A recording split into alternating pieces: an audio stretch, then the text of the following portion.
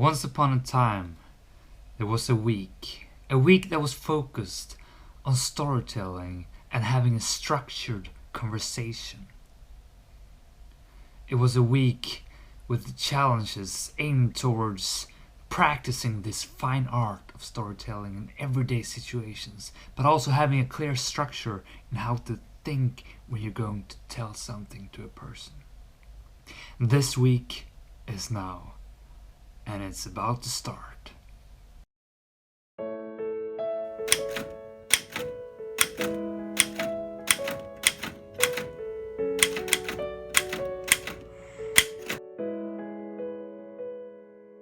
This weekend I was on the countryside with a lot of my friends.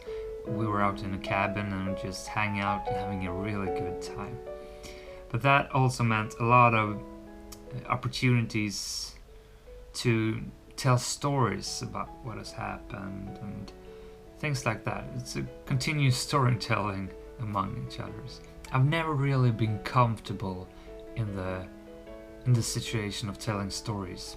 I doubt my storytelling abilities. One of the problems that I and a lot of other people have when they're going to tell stories is that they don't have the guts to really put the energy and effort in there that is necessary. Because when I tell stories, I start off way too detailed. I know this is where I'm going to start, I know this is where I'm going to end. That kind of a structure I have. But then I often get too tangled up in details in the beginning, and then I lose confidence in my way of telling a story, and I jump almost toward the end. Just like that, miss a lot of the important points and just skip the main part almost totally, just because I'm starting to feel like, oh, people don't think this is interesting. I need to quit this as quickly as possible. That lacking confidence really totally crushes all my storytelling, so that's why I need to practice that.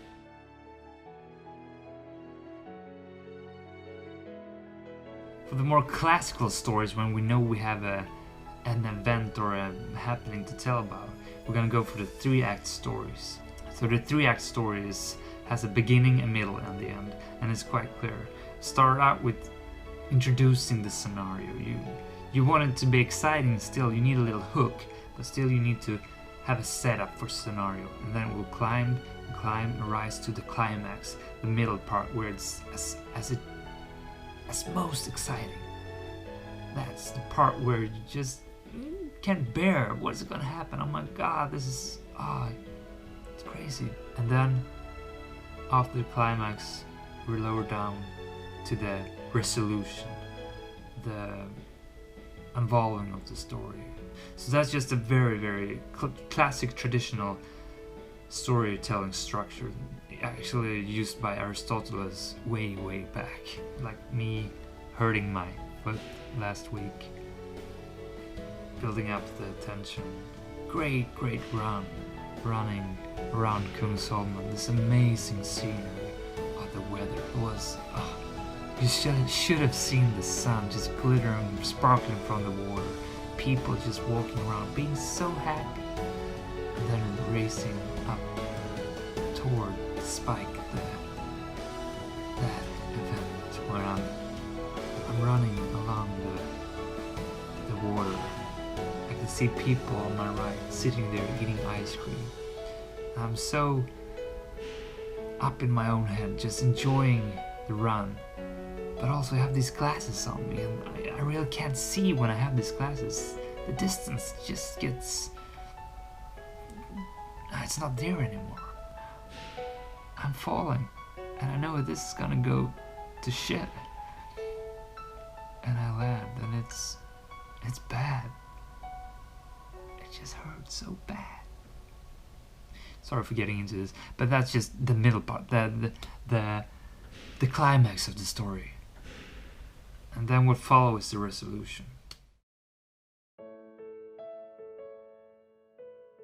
So storytelling isn't only long, engaging, dramatic adventures. It can be small things that you're telling. It can be just a story of how you went down to the store and dropped your wallet, or just little small daily events, and that's why storytelling keeps coming back over and over again during the day. That's why you need to be a master at this. This structure we're gonna try out, the what, the so what, and now what, is so easy. But just start talking about what is. My foot is. So what? Well, it makes me not being able to walk and train properly. And now what? Well, I have to start to rehab it, I have to get well, and then hopefully I can start to train again. I mean, it's such a basic structure, and then you can do it in a more engaging way, of course, with a lot of small details. It's so great for talking about people as well. Just change the what to the who. Who is this person? Why is he or she a great person? He's a great singer. He's gonna do this great, amazing song. And what's next is, yeah, he's gonna sing the song. Yeah, we're going to this concert in a few days, and it's gonna be legendary. It's just using that kind of template, that structure. You can have it in those small sections, so you can drag it out and make it a great story out of it.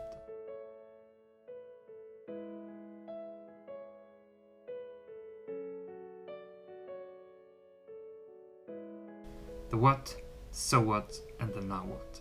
Having a go-to structure that is just always there, and you know how to engage and how to tell people the things you want to put out there. Choose one story to focus on this week and try to tell it as many times as possible. Try to reach a state where it's a good one. And also, you should be able to adjust the length of the story.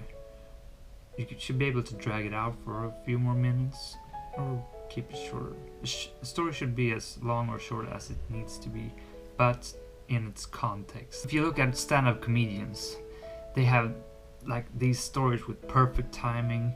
They know it by heart, and just the delivery is spot on. That is what makes stand-up comedy so great. But the thing is, they didn't start out with this great story at once. They have iterated and worked on this story so many times. They've tried it out in small audiences, family, friends. That's how you do this. You need to improve your stories. That's why we're gonna pick one story this week that we want to have in our arsenal of stories, because that's how it should work. You should have like a wardrobe of stories that you can pick out and use in good situations when you're at a party, and maybe, okay, now this entertaining story is good use. So then you should know how to use it, and you should know it by heart. The 3-act story structure, the beginning, the middle, of the end. That's the structure we're gonna go for when we're telling a classical story.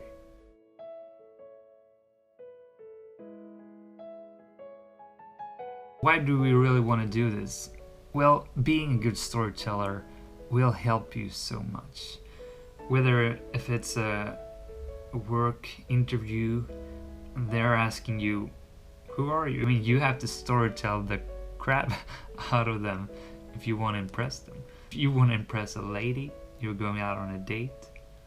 I mean, you need to storytell your life in a good way. Your passion areas, your everyday doings. Being able to storytell in a good way, that is what will take you those extra miles.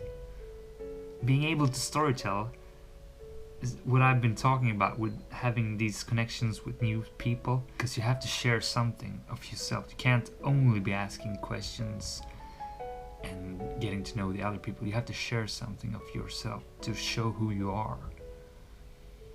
And that is when storytelling comes into play. And it is so important.